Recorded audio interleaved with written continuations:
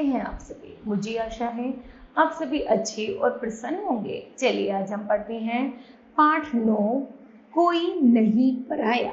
करते हैं इस पाठ की शुरुआत। ठीक है, आओ बात करें धरती को स्वर्ग बनाने के लिए हम क्या प्रयास कर सकते हैं। मानवता से संसार में क्या परिवर्तन आ सकता है। सारा संसार एक परिवार की तरह कब हो सकता है। चलिए जानते हैं इस पाठ के माध्यम से।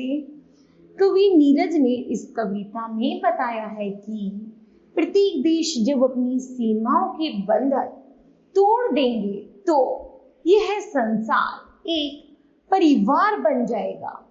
युद्ध का भय न होने पर मानवता विकसित होगी। ठीक है, चलिए करते हैं इस कविता की शुरुआत। कोई नहीं पराया, मेरा घर सारा संसार है। कवि कह रहा है हमें अपना पराये की भावना नहीं रखनी चाहिए, अर्थात यह जो संसार है यह क्या है, मेरा अपना घर है। मैंने बंधा हूं देश काल की जंग लगी जंजीरों में, अर्थात मैं बंधा हूं, अर्थात मेरा देश बंधा है गुलामियों की जंजीरों से। तो अर्थात वो कह रहा है मैं और मेरा घर बंधा है जिसे मुझे छुड़ाना है। मैं खड़ा हूं जाति पाति की ऊंची नीची भीड़ों में, अर्थात मैं जाति पाति और ऊंची नीची भीड़ में खड़ा हुआ हूं। मेरा धर्म न कुछ शाही शब्दों का सिर्फ गुलाम है। मेरा ना कोई धर्म है, न जाति है, न पाति है, केवल एक है कि मैं इस गुलाम की बेड़ियों में जकड़ा पड़ा हूं। मैं बस कहता हूं कि प्यार है तो घट घट में राम है। मैं तो यही कहता हूं कि सभी लोग जाति धर्म को छोड़ो और एक बनो। यदि हम सब एक होंगे तो घट घट में राम होगा, अर्थात सभी जगह प्यार का भंडार होगा और गुलामी की दास्तां छूट जाएगी। मुझसे तुम ना कहो मंदिर मस्जिद पर मैं सर टेक दूं। मुझसे कोई नहीं कहेगा कि मैं मंदिर में जाऊं, मैं मस्जिद में जाऊं, क्योंकि मेरा कोई धर्म जाति नहीं है। इसलिए हम सब एक है और हम सबको एक होकर अपने आप को, अपने देश को बचाना है। मैं तो आराध्य आदमी, देवालय हर द्वार है। मैं तो एक भगवान का अवतार हूँ और मेरे लिए हर घर एक भगवान के समान है। कोई नहीं पराया, मेरा घर सारा संसार है।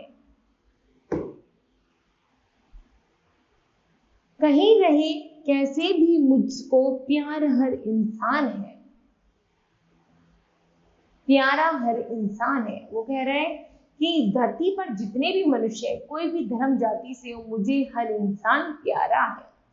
मुझको अपनी मानवता पर बहुत बहुत अभिमान है। अरे नहीं देवत्व, मुझे तो भाता है मनुजत्व ही। वो कह रहा है मैं केवल देव अर्थात भगवान बनना नहीं चाहता, बल्कि मैं मनुष्य बनना चाहता हूँ और मनुष्य तो अपनाने से ही मैं सबको एक समान समझकर सबको अपने जैसा बनाना चाहता हूँ। और छोड़कर प्यार नहीं स्वीकार सफल अमृत हुए, अर्थात यदि तुम चाहते हो मैं प्यार छोड़ दो अर्थात देश को छोड़ दो और अमर हो जाओ, तो ऐसा मैं नहीं कर सकता। मुझे मरना मंजूर है, लेकिन मैं देश को बचाकर ही रहूंगा। मुझे सुनाओ तुम ना स्वर्ग सुख की सुकुमार कहानियां। मुझे तुम सुख की और स्वर्ग की कहानियां मत सुनाओ, अर्थात जो मुझे दिख रहा है मैं उसे देख रहा हूं और उसी को खत्म करने की कोशिश कर रहा हूं। मेरी धरती 100 स्वर्गों से ज्यादा सुकुमार है, अर्थात मेरी जो धरती जब गुलामियों की बेड़ियों से आजाद हो जाएगी तो वह धरती मेरे लिए और भी स्वर्ग से भी अच्छी बन जाएगी। कोई नहीं पराया, मेरा घर सारा संसार है। और कवि कहता है आगे बच्चों, मैं सिखलाता हूं कि जियो और जीने दो संसार को। मैं क्या सिखलाता हूं कि जियो और जीने दो संसार को। जितना ज्यादा बांट सको तुम बांटो अपने प्यार को, अर्थात अधिक से अधिक यदि तुम प्यार बांटोगे तो तुम सब एक हो जाओगे और तुम्हें कोई अलग नहीं कर सकता, अर्थात तुम अपने देश पर को बचा सकोगे। हंसो इस तरह हंसे तुम्हारे साथ दलती है धूल भी, चलो इस तरह कुचल न जाए पग से कोई शूल भी। सुख न तुम्हारा केवल जग का भी, उसमें कुछ भाग है, फूल डाल का पीछे पहले उपवन का शृंगार है। अर्थात कवि कह रहा है बच्चों, भले ही तुम इतने इस तरह ना चलो कि कुचल जाओ, बल्कि इस तरह चलो चाहे तुम्हारे पग में कितने ही कांटे क्यों ना आ जाए, तुम उनको भी पार करते हुए आसानी से निकल जाओ। ठीक है, कोई नहीं पराया मेरा घर सारा संसार है।